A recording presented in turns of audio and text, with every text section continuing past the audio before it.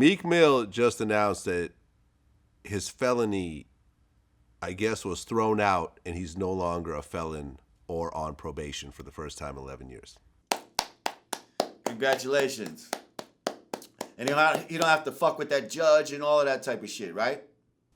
Right, because I guess what they're doing is they reevaluated his original case, and technically there should be a retrial, but they don't see them putting the resources for a whole new trial at this point.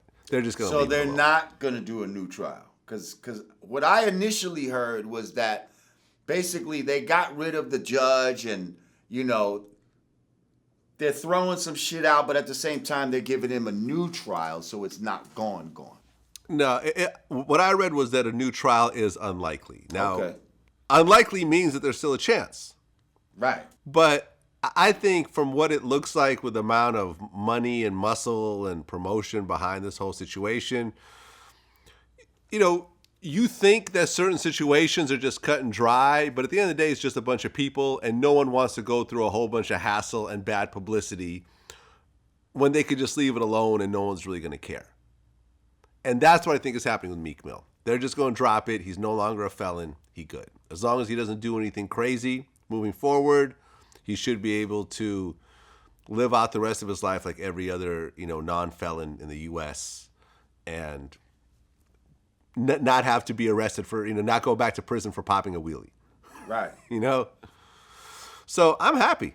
Yeah, I think it's good karma. I said this on my show. We was talking about this yesterday. And it's like, had he come out and been moving around like the same Meek Mill, I don't think things like this would have necessarily happened for him.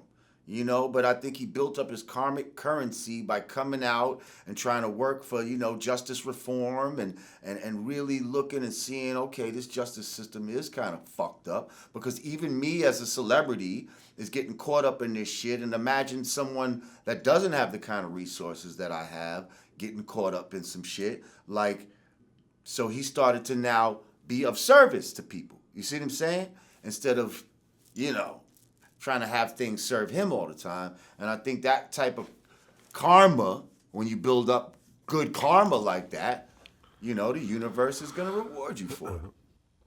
And Jay-Z put his resources behind it also. Meek said that Jay-Z was paying all his legal bills and everything else like that. Probably because he was moving right. Why is Jay-Z going to do that, risk that if this dude is still moving crazy or moving wrong? You see what I'm saying? So it's like, in order to get your blessings, you got to learn how to move sometimes. You know what I mean? Yeah, and now Rock Nation and Dream Chasers have like a joint venture. A joint venture together, which is dope. Yeah, man, shout out to Jay-Z. I feel like Jay-Z, I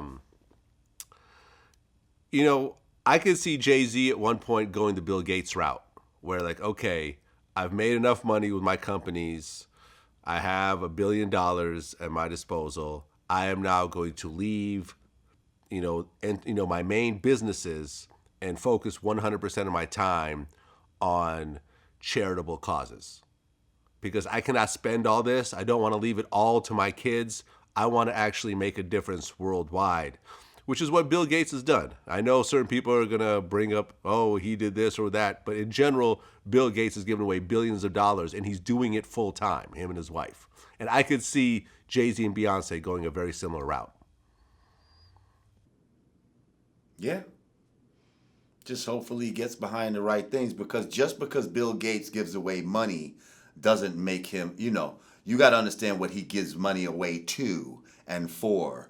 And so just the fact of being charitable, it's what are you being charitable towards that matters too. So hopefully if Jay-Z and Beyonce do get into that position, the things they'll be charitable towards would be of better service to us as black people here in America.